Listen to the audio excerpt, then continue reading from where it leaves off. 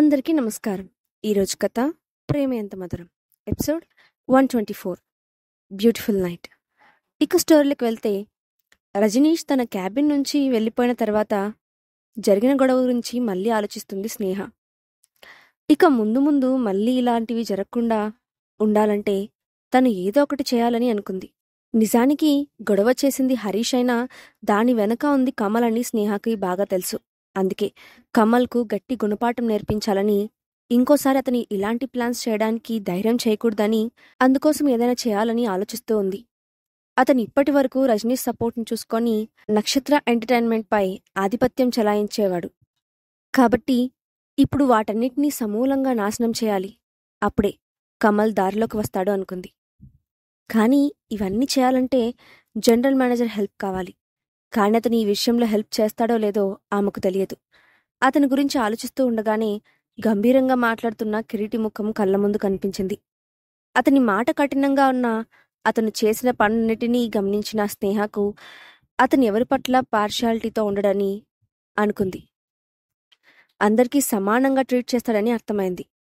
Company మంచి కోసం అతను తప్పకుండా ఈ విషయంలో తనకు సపోర్ట్ చేస్తాడని అనుకున్న స్నేహ వెంటనే కమల్కు సంబంధించిన కొన్ని డాక్యుమెంట్స్ని కలెక్ట్ చేసింది. కంపెనీలో జాయిన్ అయిన దగ్గర నుండి కమల్ చేసిన అన్ని విషయాల గురించి ఇన్ఫర్మేషన్ మొత్తం గ్యాదర్ చేసి వాటిని మళ్ళీ ఒకసారి చెక్ చేసుకొని తృప్తిగా లేచి కిరీటి క్యాబిన్ దగ్గరకు వెళ్ళింది. ఆమె వెళ్లేసరికి కిరీటి ఎవరితోనో ఫోన్లో చాలా సీరియస్గా మాట్లాడుతూ ఉన్నాడు. దాంతో స్నేహ రావడం పట్టించుకోలేదు. చాలాసేపు వెయిట్ చేసిన స్నేహ అతను ఫోన్ మాట్లాడడం పూర్తవగానే డోర్పై చిన్నగా తట్టింది. అప్పుడు తలెత్తి స్నేహను చూసిన కిరీటి ఫోన్ పెట్టేసి కమిన్ స్నేహ అని అన్నాడు. లోపలికి వచ్చిన స్నేహ వెంటనే తన చేతిలోని కవర్ తీసి కిరీటికిచ్చింది. కిరీటి ఆ కవర్ వైపు విచిత్రంగా చూసి దాన్ని తీసుకొని ఓపెన్ చేశాడు. అందులో విషయాలన్నీ చూసిన అతను ఏం మాట్లాడకుండా సైలెంట్గా ఉన్నాడు. అతని మౌనాన్ని చూసిన స్నేహకు ఏమీ అర్థం కాలేదు. గత కొన్ని సంవత్సరాలుగా కమల్ తన ఆర్టిస్టులతో చేయించిన అరాచకాలన్నీ అందులో క్లియర్గా మెన్షన్ చేసి ఉంది. అయినా కిరీటి ఏం మాట్లాడకుండా ఉండటంతో అతని మనసులో ఏముందో అని ఆమె ఊహించలేకపోతోంది. కాసేపటికి కిరీటి ఇవన్నీ మీకు ఎక్కడ దొరికాయి అని అడిగాడు. అప్పుడు స్నేహ అతని కళ్ళల్లోకి కాన్ఫిడెంట్గా చూస్తూ, సార్, మీకు తెలిసే ఉంటుంది, ఇప్పుడు నా ఆర్టిస్ట్గా పనిచేస్తున్న కరణ్ ఒకప్పుడు అతని దగ్గర ఆర్టిస్ట్గా చేశాడు. అతని విషయంలో మా ఇద్దరికీ చాలా గొడవలయ్యాయి. కానీ ఆ తర్వాత కూడా అతను ప్రవర్తించే విధానం నాకు అనుమానం కలిగించింది. అందుకే అతని గురించి ఇన్ఫర్మేషన్ గ్యాదర్ చేశాను. నేనిచ్చిన రిపోర్ట్ కరెక్ట్గా ఉందని అనుకుంటేనే మీరు దానిపై యాక్షన్ తీసుకోండి అని చెప్పింది. ఆ మాటలకు కిరీటి తలుపుతూ, ఓకే స్నేహ, మీరు చెప్పిందంతా నిజమే అయితే నేను ఎలాంటి యాక్షన్ తీసుకోవాలని మీరు అనుకుంటున్నారు అని అడిగాడు. అప్పుడు స్నేహ ఒక క్షణం ఆలోచించి, సార్, మీరు పర్సనల్ విషయాలను ప్రొఫెషనల్ విషయాలను డిఫరెంట్గా చూస్తారని నాకు అర్థమైంది. అలాగే నాకు కమల్కి మధ్య డిఫరెన్సెస్ ఉన్నాయని కూడా మీకు తెలుసు. అందుకే ఈ విషయాన్ని మీరు స్వయంగా హ్యాండిల్ చేస్తే బాగుంటుందని నా ఒపీనియన్ అని అంది. ఆ మాటలకు కిరీటి ఆమెను మెచ్చుకోలుగా చూసి, సరే స్నేహ, మీరు చెప్పినట్లు ఈ మ్యాటర్ని నేను హ్యాండిల్ చేస్తాను అని అన్నాడు. దాంతో ఆమె కొంచెం సంతోషించి చిన్నగా నవ్వి థ్యాంక్ యూ సార్ అని చెప్పింది. ఇట్స్ ఆల్ రైట్ అన్నాడు కిరీటి. దాంతో స్నేహ తలూపి ఇక నేను బయలుదేరుతాను సార్ అని చెప్పి వెనక్కి తిరిగింది. అప్పుడు కిరీటి 1 minute స్నేహ అని పిలిచాడు. దాంతో స్నేహ ఆగి అతని వైపు చూసి చెప్పండి అని అడిగింది. అప్పుడు కిరీటి తన చైర్లో రిలాక్స్గా వెనక్కి వాలి ఆమె వైపు చూస్తూ, స్నేహ, మీరు హరీష్ విషయంలో కొంచెం ఎక్కువ దూరం వెళ్ళినట్లు అనిపించలేదా? అతను కొంచెం పబ్లిసిటీ ఉన్న వ్యక్తి. ఈ విషయం మీకు తెలుసు కదా, దీని గురించి భయపడ్డం లేదా అని అడిగాడు. దాంతో స్నేహ ఒక క్షణం మౌనంగా ఉండిపోయింది. ఆ తర్వాత ప్రశాంతంగా నవ్వి, నేను ఎక్కువ దూరం వెళ్ళాలని అనుకోవడం లేదు. నేను నా జాబ్ పరంగా మేనేజర్గా వర్క్ చేస్తున్నాను. నాకు లీగల్గా ఉండాల్సిన అన్ని రైట్స్ను నేను ప్రొటెక్ట్ చేసుకుంటాను. ఒకవేళ ఆ ప్లేస్లో మీరున్నా సరే నేను అదే చేస్తాను అని చెప్పింది. ఆ మాట విన్నప్పుడు కిరీటి ముఖంలో చిరునవ్వు వచ్చింది. దాంతో అతను, ఓకే స్నేహ, మీరు చెప్పింది నేను అర్థం చేసుకోగలను. You did good job in this matter అని అన్నాడు. థ్యాంక్ యూ సార్ అని చెప్పిన స్నేహ ఇంకేం మాట్లాడకుండా అక్కడి నుంచి బయటకు వచ్చింది. తిరిగి తన క్యాబిన్కి వెళ్లి సోఫాలో రిలాక్స్డ్గా కూర్చొని ఒకసారి గట్టిగా ఊపిరి పీల్చుకుంది. ఆమె కిరీటితో మాట్లాడుతున్నప్పుడు పైకి చాలా ప్రశాంతంగా కనిపించినా లోపల చాలా నర్వస్గా ఉంది. కిరీటి పైకి మామూలుగా కనిపిస్తున్నప్పటికీ అతను చాలా లోతైన మనిషి అని ఆమెకు అర్థమైంది. అందుకే అతని దగ్గర నిజాయితీగా తన అభిప్రాయాన్ని చెప్పినప్పుడు అతను ఎలా తీసుకుంటాడోనని కొంచెం భయం వేసినా అతని రియాక్షన్ చూసి ఆమె కొంచెం ప్రశాంతంగా అనిపించింది. అతను చాలా తెలివైనవాడని, కేవలం ఒక చూపుతోనే ఎదుటి మనిషి గురించి అంచనా వేయగలరని ఆమెకు అర్థమైంది. చివరికి ఎలాగైతేనే అతని దగ్గర నుంచి పాజిటివ్ ఇంపాక్ట్ రాబట్టగలిగింది. ఇక కమల్ విషయాన్ని కిరీటి తప్పకుండా చూసుకుంటాడని, అతని గురించి ప్రతి చిన్న విషయాన్ని సెటిల్ చేస్తాడని అనుకుంది. ఆ తర్వాత స్నేహ త్వరగా వెళ్లి తన పనిని చూసుకోవడం మొదలుపెట్టింది. కాసేపటికి ఆమె చేతి మణికట్టు దగ్గర నొప్పి ప్రారంభమైంది. పెయిన్ కిల్లర్ స్ప్రే చేసింది. కానీ ఆ మెడిసిన్ ఇంపాక్ట్ తగ్గిపోవడంతో ఎర్రగా వాచి ఆమె మణికట్టు బాగా ఇబ్బంది పెట్టడం మొదలుపెట్టింది. అప్పటికే ఆఫీస్ టైం అయిపోతూ ఉండటంతో స్నేహ నెమ్మదిగా కిందకు వెళ్ళింది.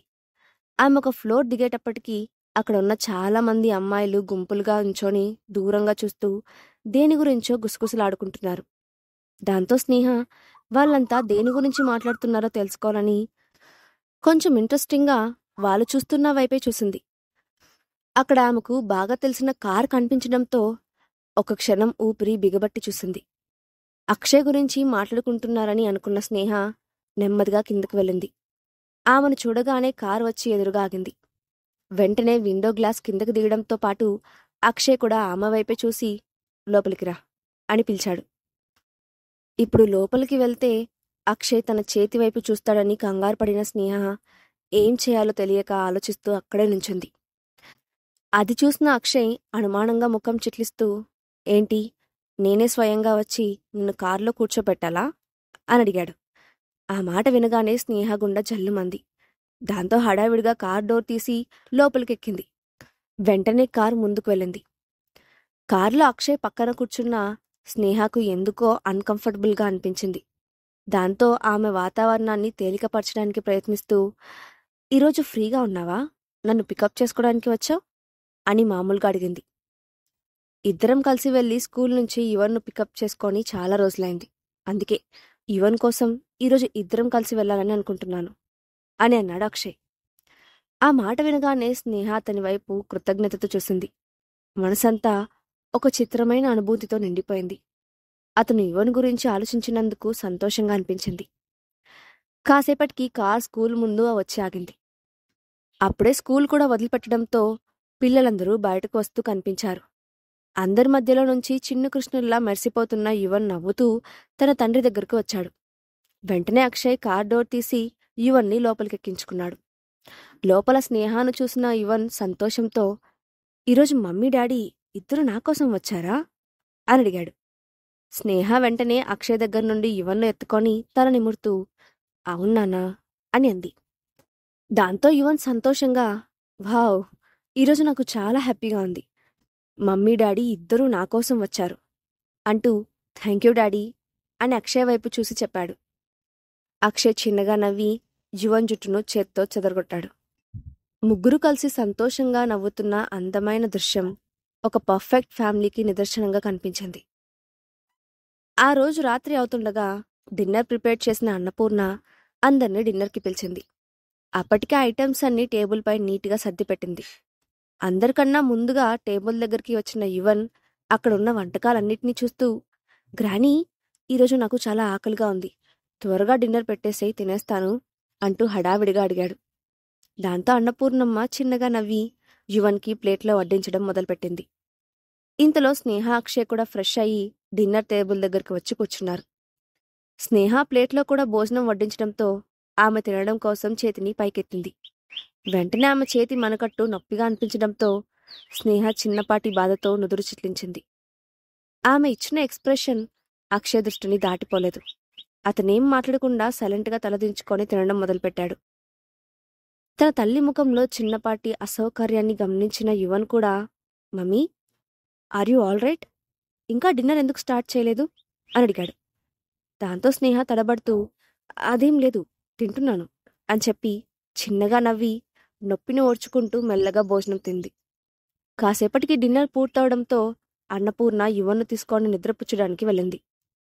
ఎలాగోలా కష్టపడి భోజనం చేసిన స్నేహకు ఈరోజు బాగా అలసిపోయాను, నిద్రపోవాలి అనుకుంటూ తన రూమ్కి వెళ్ళింది.